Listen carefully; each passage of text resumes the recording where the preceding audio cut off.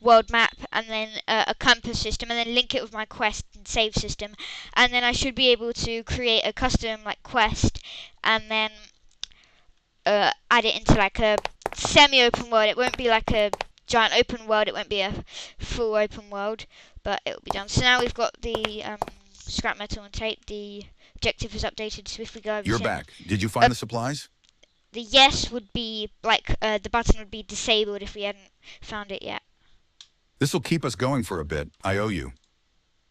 So quest completed. Oh yeah, there is a glitch where in the data asset. So the way we've got the system up, so most of the game uses data assets. So if we go to Shelter from the Storm, so this is the main data asset we've got for it.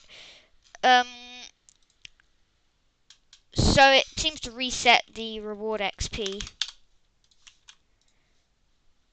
So as you see, it will reset. So the save system, it will save the transform basically with that, and it will add to the completed quests because we've already completed it. And then you can also filter side quests, world quests. So talk to Elias, find tape, find scrap metal, talk to Elias again. Okay, so I think those were the main things. So I am trying to improve the UI at the moment, but I have this person who is helping me design some of the UI, but I haven't fully implemented that into the game yet. So I'm working on that. So we have got, this is the inventory, we've got a decent amount of equipment slots, so I might try and make it a bit less complicated. So we've got head, torso, legs, shoes, hands, I think that is. Yeah, I think that could be gloves slot actually. And then we've got a tooltip as well. The stats seem to reset as well on the tooltip. Yeah, it's a bit of a glitchy with data assets. They're pretty new. And then you've got a watch, a basic backpack, medkit, a grenade, and you've also got the weapons. So you've got a melee weapon, primary, secondary ranged, and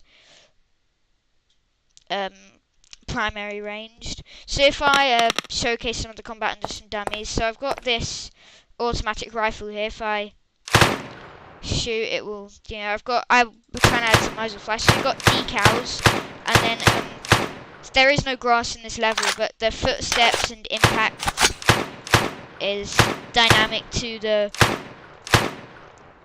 material on the ground. And then if we go over, we can just like I'll switch to my pistol, and then the pistol it's not automatic. So with the rifle, you can just hold it down, but this pistol isn't automatic, so you have to shoot individual shots. And then I can also switch over to the melee. The melee combat isn't amazing, but it does work. I am going to improve on it. So yeah. So I probably will also make it so that that melee, it is not actually meant to deal that much damage, but because I've got basically this headshot system, or like, so if you shoot in the neck or the head, it will instantly kill them. That's mainly for the ranged, but it does also work for the melee weapon, so I probably won't add that in. And then also you can't attack. Wait a second, that's a glitch. With the motion warping for the attacks, it doesn't refresh them. Yeah, that's a big glitch. But if I unequip that and re-equip it, does it reset it? No.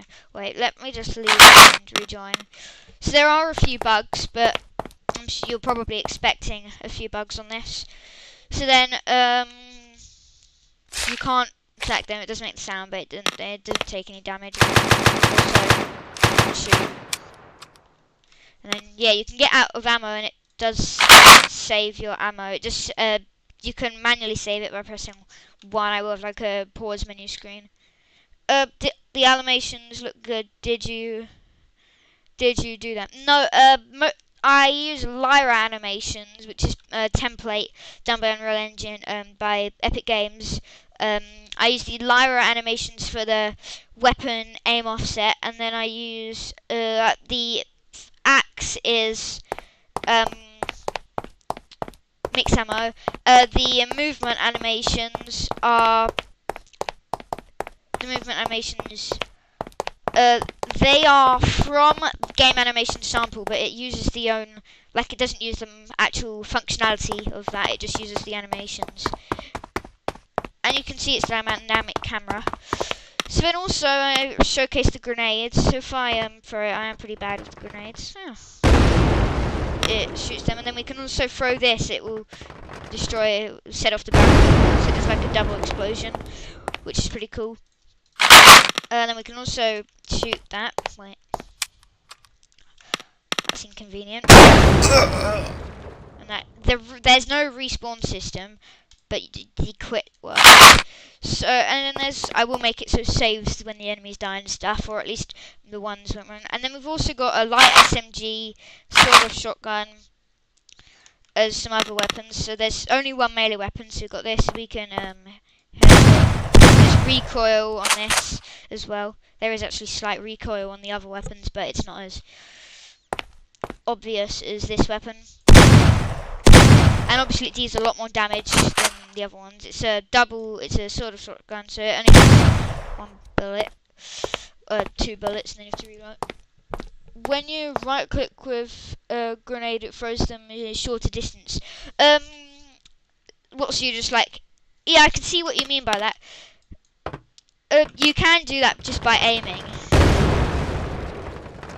But yeah, I could do something like that where you can, probably not for grenades, but I could do it where you could have like dynamite or something, or like a sticky bomb, where you can just like place it down directly underneath you, and then you can just press like G or something because it won't automatically explode. So something like that. Yeah. Okay. So what can I get to now? Let's look a bit more at the inventory system. So we've got a tooltip. It doesn't seem to be working with the stats system. And then we've also got the backpack system. So you see the sockets change depending on whether you're wearing the backpack, and it also increases the maximum weight that you can carry and the maximum slots you have. You see, when you're not equipping it, there's only a few slots, but when you have it equipped, there's loads more slots. And then there's also, if I can find it, a banana bag, which is just like a waste bag. It doesn't activate the backpack slot, and that looks pretty cool. And that it increases the max weight capacity by a little bit, but not as much. And then it also increases the slots, I think, by a little bit. Okay, so let's equip this again. And then it's also dynamic, so there's character preview, and then you can unequip the. So say this would work well if when I've added in like multiple clothing sets. I have got a military vest. When I've added in multiple clothes sets, you can like mix and match to find like which ones you would look cool and stuff. Say you could like have like the shoes from one clothing set, the top from one. You don't even have to wear that. The grooms for the characters glitching a bit, so I haven't actually got to that much. But so I've also got a watch, which you can see does briefly appear, and then the gloves. That's like the accessory slot actually, and then that's the wrist slot or something.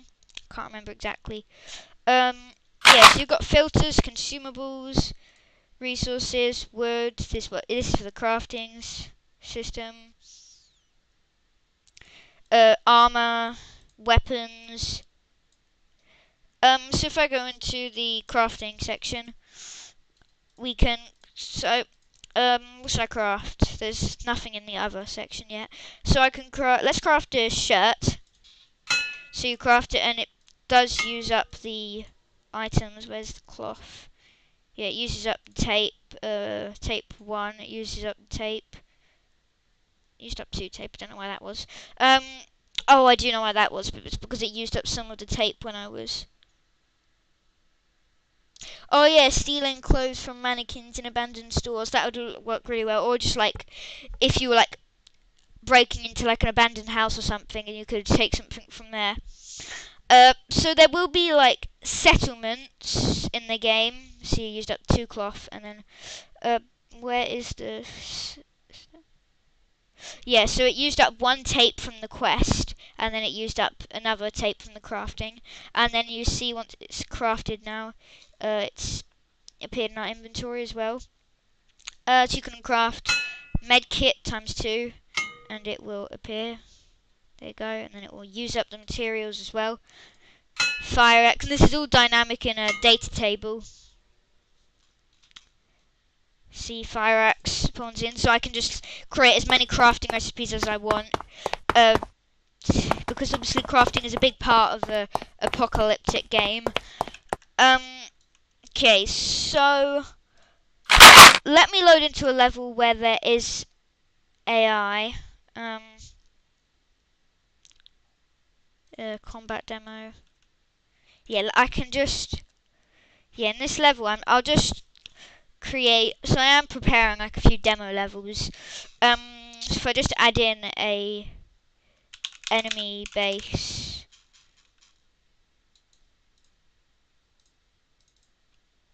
Systems, AI, blueprints.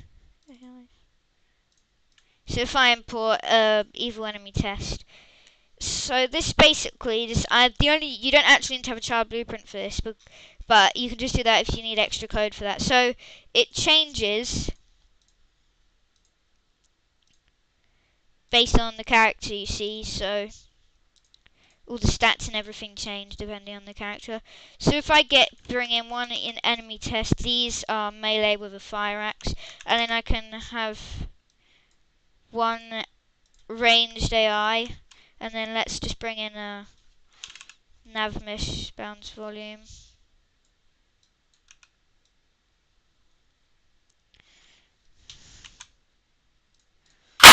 So you see the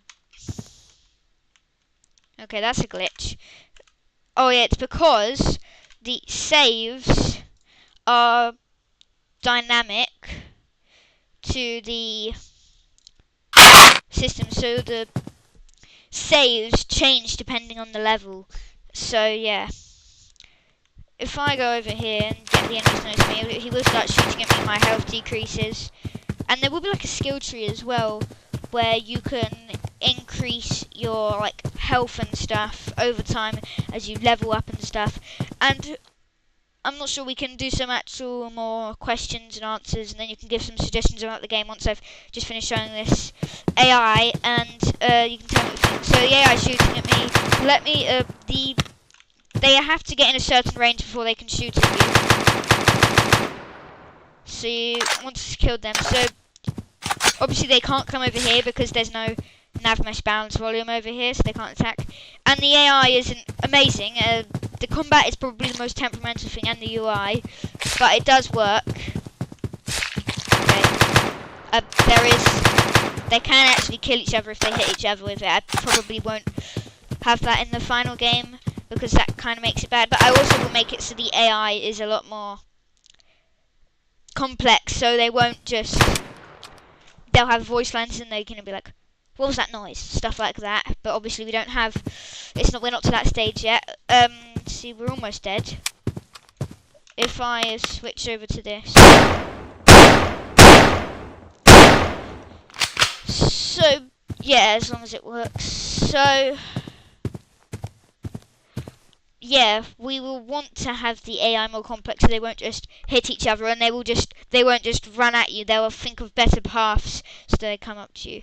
Okay, so now we can get to the more Q&A part of this stream. Okay, so do you have any questions about the game, chat? Or any suggestions of what I could add to the game?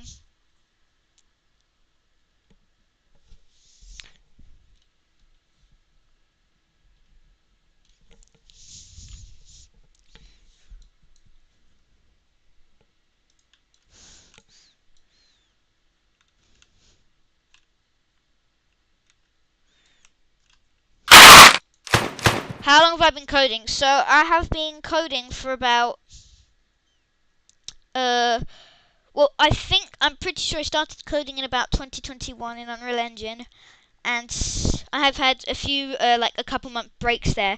So I would say I probably have between 3.5 to 4 years of Unreal Engine experience, roughly.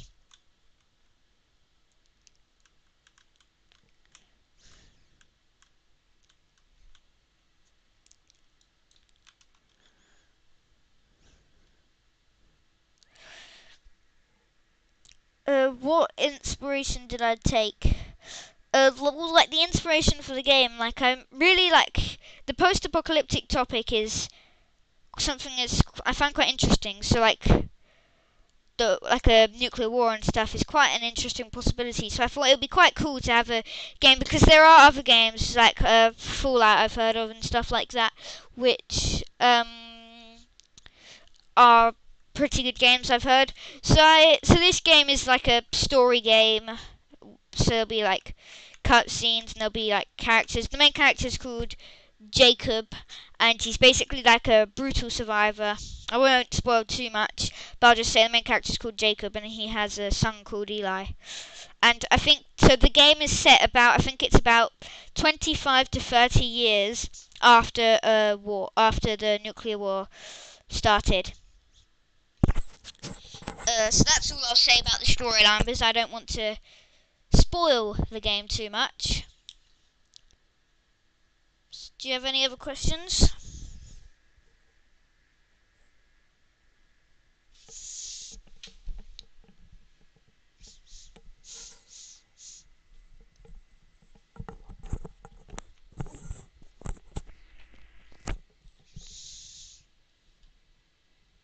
So like infections.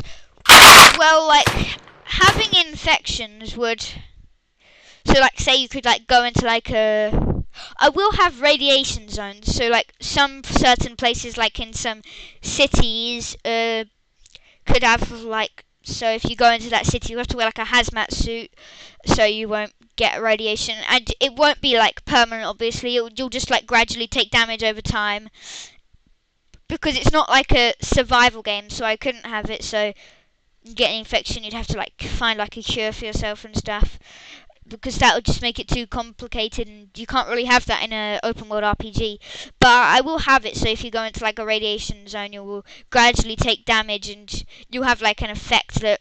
So say if you left the radiation zone, you wouldn't just like immediately stop taking damage. You'd have like 10 seconds or something before you stop taking damage. And then obviously you'd still be quite low damage. You'd have to heal yourself. Walking through forest barefoot and getting a splinter or leeches when you walk through water. Yeah, that'd be interesting. So you could say, yeah, if you were walking through water barefoot, then you could like, yeah, and then you'd have to like cure yourself and stuff. And if you don't cure yourself, you'll keep taking damage and then you'll eventually die. That sounds like a good idea. Yeah, that will encourage players to have more strategy about like the clothing they wear. It's not just like really cool clothing. They have to be strategic. If they go into a desert, there'll be a temperature system. If you go into a desert, you won't just be able to like wear like tons and tons of layers of clothes, like really thick clothing. Otherwise, you'll overheat and start taking damage. Same if you were in like a winter place, like in because it does sound a bit ambitious. I aim for the open world map to spread across most of North America. Obviously, scaled down a lot. I'll have certain cities. So I'll Canada. I'll have a lot of them, and into Alaska as well. And then I'll also include bits of. Probably won't have Mexico because that will just make it too complicated. I'll have cities and landscape native to the environment that they're in at that current time. So, in Canada it'll be more, like tundra and cold, and same with Alaska. And then it depends on the season, because the story will spread across different seasons, so the weather will change depending on the season that the story is currently in and where they are at in the storyline. And yeah, so there will be cities and stuff. So if you're in a and if you're in a certain place, and obviously the cities will be mostly abandoned and have like there's zombies, which I'm working on as well, and tribes, bandits, etc. Any more questions or suggestions?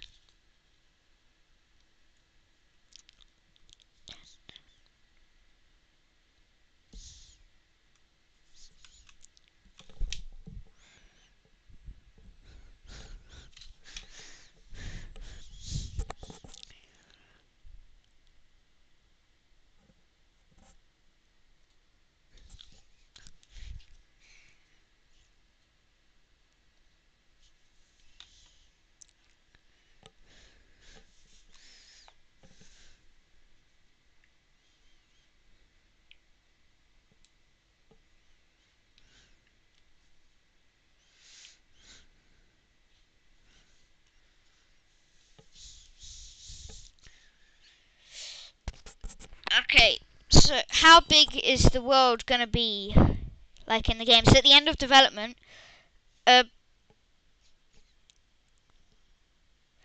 the world will probably be somewhere around like similar to like, so maybe about double or between double and triple the size of worlds like Fortnite stuff. Obviously, it can't be as big as like procedural worlds like Minecraft and other survival games, because the world isn't going to be procedural because it's a story game, so it can't just be procedural generation. Certain parts of the map will be procedurally generated. Yeah, so it'll probably be an average sized open world game. So maybe like maybe about like 20 kilometers squared or something like that. It will need to be big enough so it feels alive, but not like small and not bit small enough. So it'll need to be big enough so it feels alive and stuff, but it won't need to be super big so it's too ambitious for us to create and stuff. So I do aim to hopefully get an investment in the next month or two, so that would be able to maybe hire maybe like a coder, a 3D artist, and maybe get a game trailer out, like a high quality game trailer out by then. That's what I aim for. So that's what I'm hoping for. But I probably will be able to do that by then, but there's a chance I won't be able to. Reputation system, so like the enemy learn your name and maybe tactics. Yeah, that would be good. So if the game ended up getting like pretty successful and stuff, yeah. So it depends. Obviously, it won't change. It could change the story actually. Yeah, because it's an RPG. So you'll be able to. There'll be multiple endings to the game. I'm hoping. So yeah, if you shoot a bunch of enemies in like a civilization for no reason, and if you go back there, obviously the enemies will respawn because it's like a game. They'll get angry at you and stuff, and they'll be like, "Get out of here!" And then maybe some of them will start shooting back at you, even if you just walk in there and stuff.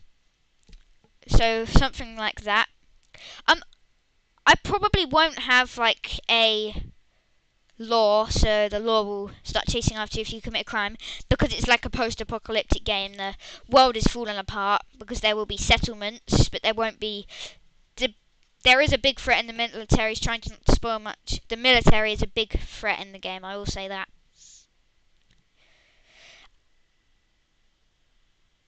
Yeah, pay attention to what you do. That sounds, yeah.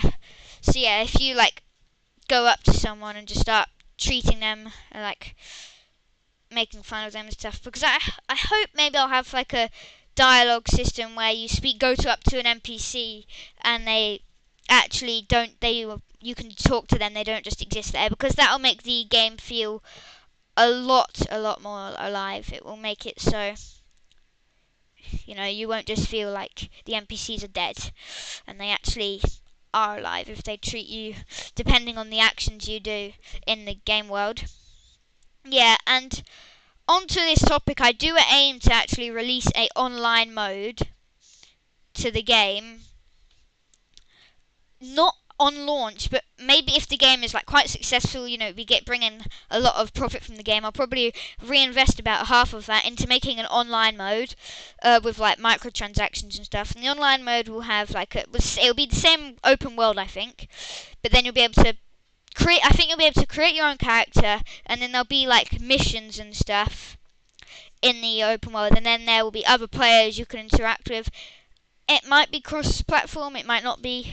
I've not decided about that part yet. I would like it to be cross-platform, but obviously I don't want it to be incredibly ambitious. A lot of this depends on how much, a lot of the online and DLCs, because I do plan on having DLCs. So obviously that's very far in the future. I haven't even got to the story yet. But I do plan on having DLCs after release if the game succeeds and brings in a lot of money. So yeah. Any more questions? If not, I might maybe implement something into the game quickly. Maybe I could add in a quest to that you guys create. I could create a simple demo quest or even something like. How much would the game be?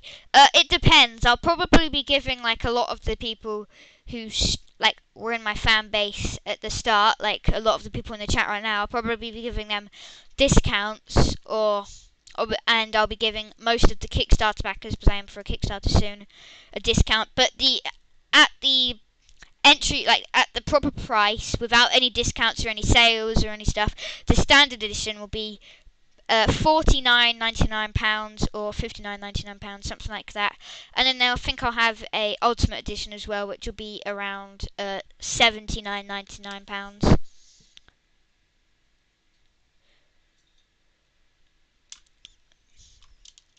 Okay, so see if you have any more questions, and if you don't, we can add in a quest or some dialogue we can see.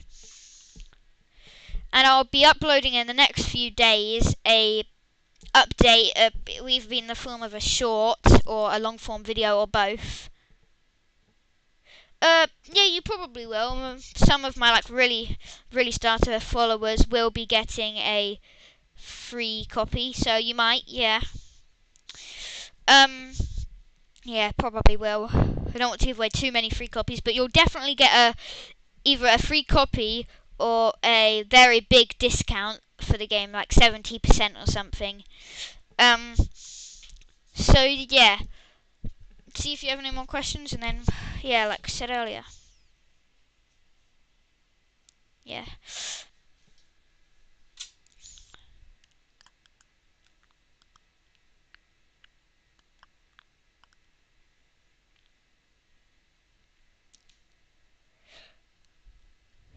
Give you like 50 more seconds or something, and then I'll start making the quest or dialogue.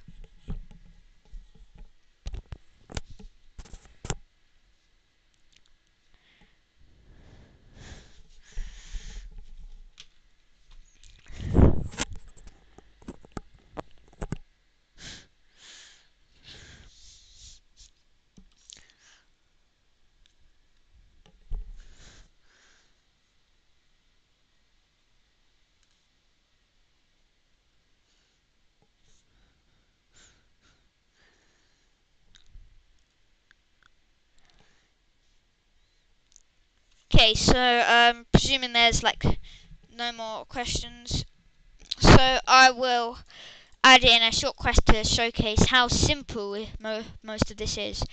So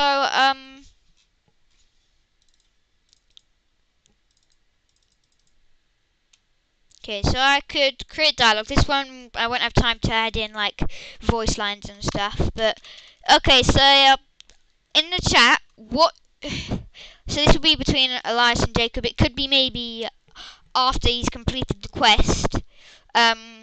This will unlock and I'll be able to play this dialogue. So yeah, let's do that. So Elias, Jacob, 3. So let me just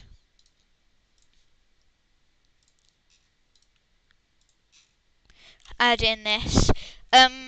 So text, we can just be like, who should be speaking this? This can be Elias. What should you say? Thanks a lot again for helping us out. And then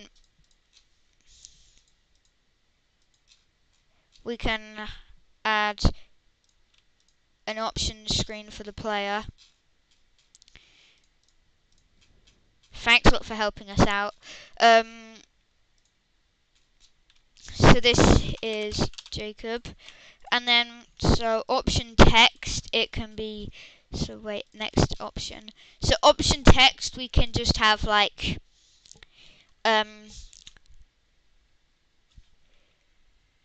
who has helped me so far?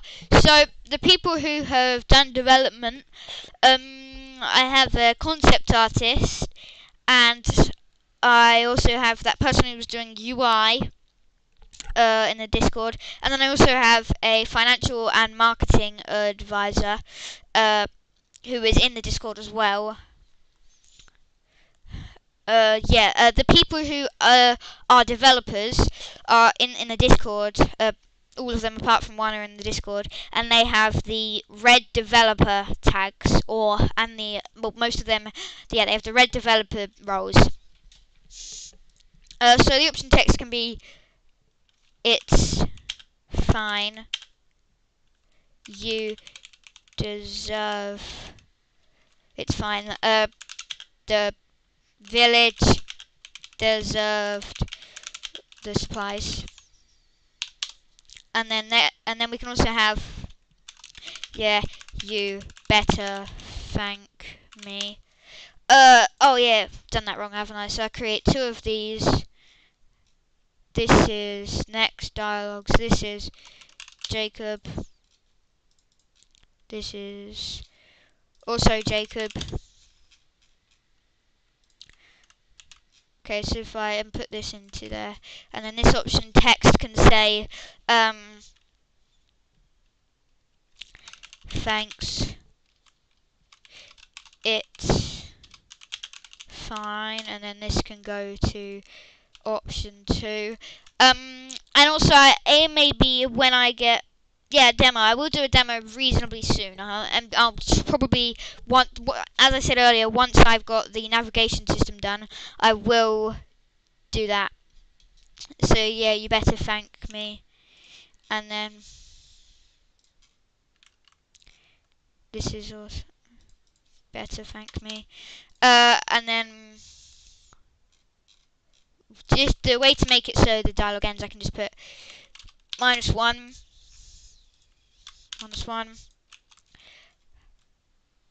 It's fine, the village deserved the supplies. And then this is free, so on free. Jacobs, yeah, you better thank me. It's fine, and then this can say,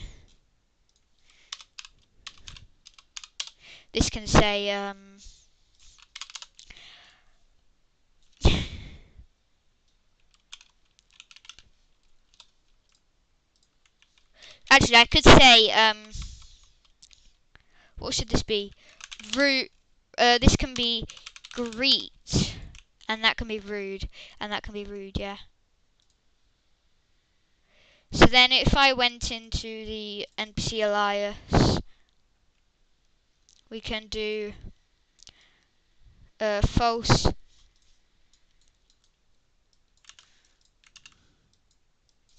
is quest completed, shelter from the storm, and if it is completed, then we can play this dialogue.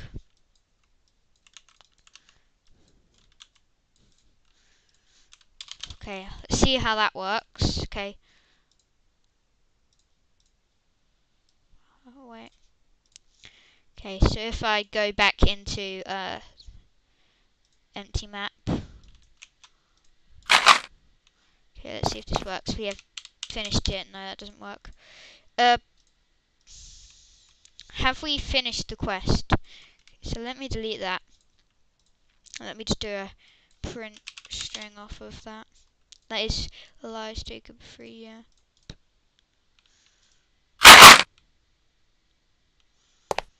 Jacob, I could use... What do you...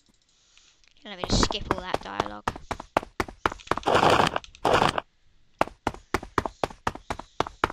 You're back. Did you find the supplies? This'll... Thanks a lot for helping us out. We can agree. It's fine. The village deserved the supplies. The dialogue ends. Thanks a lot for helping us out. Yeah, you better thank me.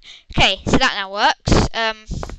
Which is good. So I think I'm going to wrap up the stream now. Thanks for everyone who contributed and gave us some suggestions and asked some questions. If you have not already, join the Discord. And if you're feeling really kind, then donate to the Buy Me a Coffee. Both of the links are in the channel bio. Last question of today. What about stamina based on how much weight you are holding? Yeah, I was actually thinking of already adding that. I'm going to add that sooner. Thanks for that suggestion. So yeah, on Monday, I believe, I will be doing another stream with my financial and marketing advisor, a collab stream. So we will be doing a Q&A again, and also just be giving some overall info about the game and the financial plan for the game and the investments. At what time? It'll probably be at 4 o'clock again. That is a good time, I'm finding, for when to do it, because 4 o'clock is... I want to do it so it's not... it's good in all time zones, so 4 o'clock GMT, PM, obviously, and it's still able for the people who are in Eastern time to join. So yeah, so that about wraps up today. Thanks for everyone who's watched, and I will see you all on Monday, or on the navigation idea. Make sure to watch that. I'm not sure which will be out first. Okay, bye.